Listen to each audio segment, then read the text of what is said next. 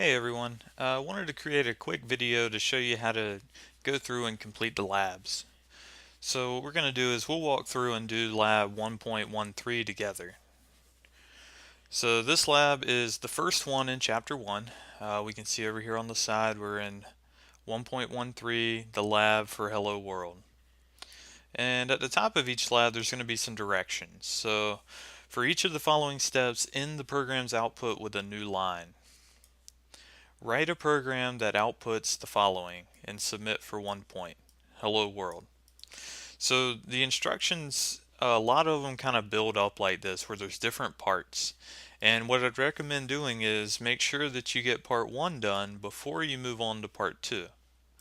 So let's go ahead and get started with that. We can open up idle.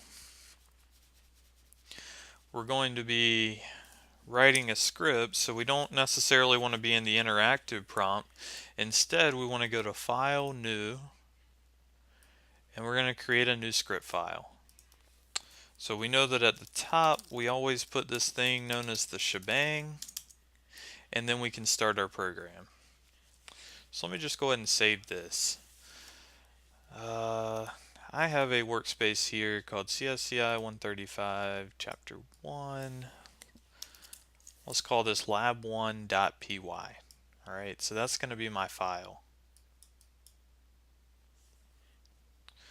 Okay, so what was it we wanted it to do first? We wanted it to print out hello world exclamation point. So to do that, we'll use the print function, hello world exclamation point. And we want to make sure that each line ends with a new line or a new line character. And we can see that that is the case by default. Looking at the IntelliSense, this end equals \n. \n is the new line character. So that's going to be sent by default. We should be good there. We can save this. We can test it.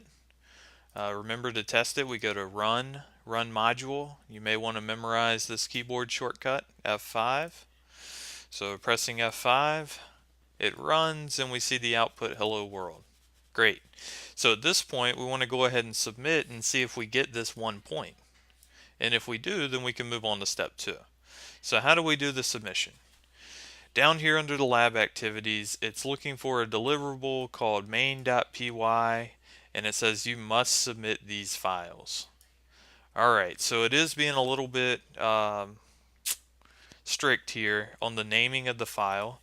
So let's go back and let's do a save as. I'm sorry, I'm about to save the interactive prompt. Let's go back to the script, file, save as, and let's change this name to main.py. Great. Now let's browse to where that file is at in our file system. So mine is under Documents, CSCI 135, Chapter 1.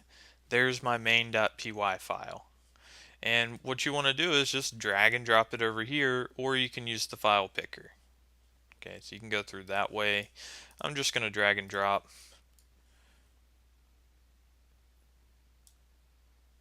Okay, so it says file added, and then we'll just submit for grading.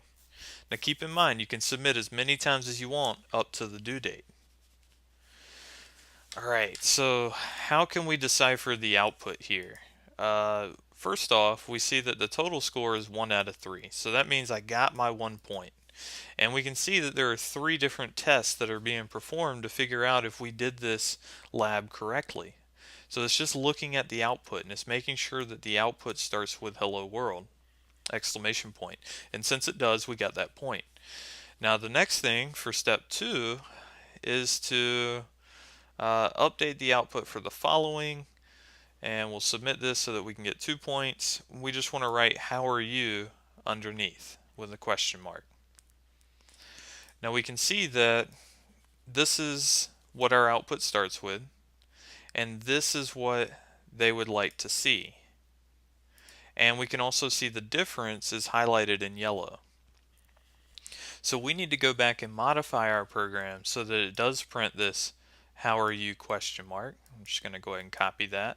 And then this right here is a symbol that represents the new line character. So it's like pressing the enter key. So let's go back and modify that. Let's say print, and I'll paste what I copied. And again, the end by default is the new line character, so we don't need to specify that.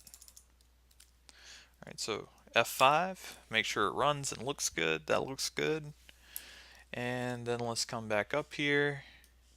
I'll go back to my File Explorer and just drag main back over and click Submit. Awesome, so now I got 2 out of 3. The next thing we want to do is we want to write this I'm fine in parentheses with a period at the end, and then obviously the enter key after that. Now notice there is some white space in front of this, okay? So you may be tempted to come back into your script, excuse me, and do something like this.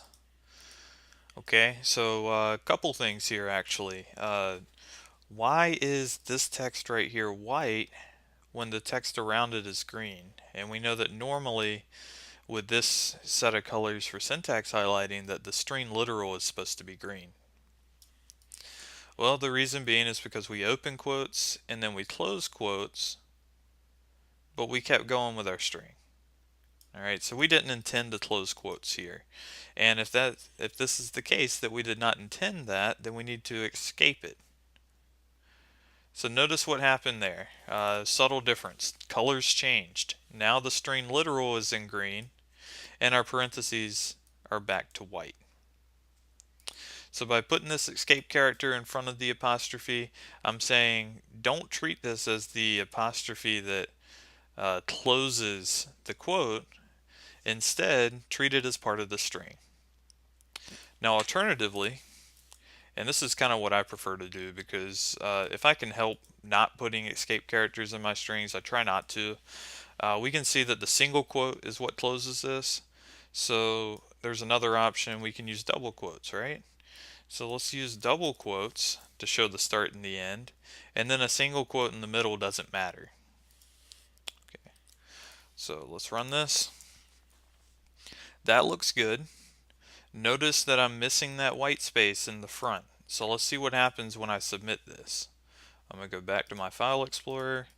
I'm going to drag and drop that and hit submit. Alright, and I'm still getting 2 out of 3. When I look at the third test case, it says output is nearly correct, but white space differs. See the highlights below. Well, down below I see this highlighted area. It looks like there is some white space in front of this, like we noticed before. So what I recommend in cases like this, especially if you're not sure how many spaces is that, right? Is it 3? Is it 4? Take your cursor and start highlighting. So click and then drag. And if you drag one at a time, it's going to get 1 character space at a time. And if you notice there's 3 character spaces for the space. So let's go put 3 spaces in front of this I'm fine. So if we want that to print out, we need to put it inside the quotes. So inside the quote, 1, 2, 3, save it. Let's go back, drag, drop, submit. Awesome. So now we're getting all tests passed, total score 3 out of 3. So these labs are designed to be a very iterative process. You're going to be going through and not necessarily passing everything on the first time, and that's okay. That's actually expected. So I want for you to take the feedback that you get, learn from it, fix it so that you can submit it and get hopefully a 100 on each lab assignment. Once you get the 100, you're free to move on to the next one. And just as a reminder, I take the best score that you got before the due date. Okay, so if you got 2 out of 3, then that's what's going to go in the grade book. Or really it's going to be an average of all of your labs from that week is what's going to go in the grade book. Okay, so as usual, if you've got any questions, let me know. If not, I'll see you guys later.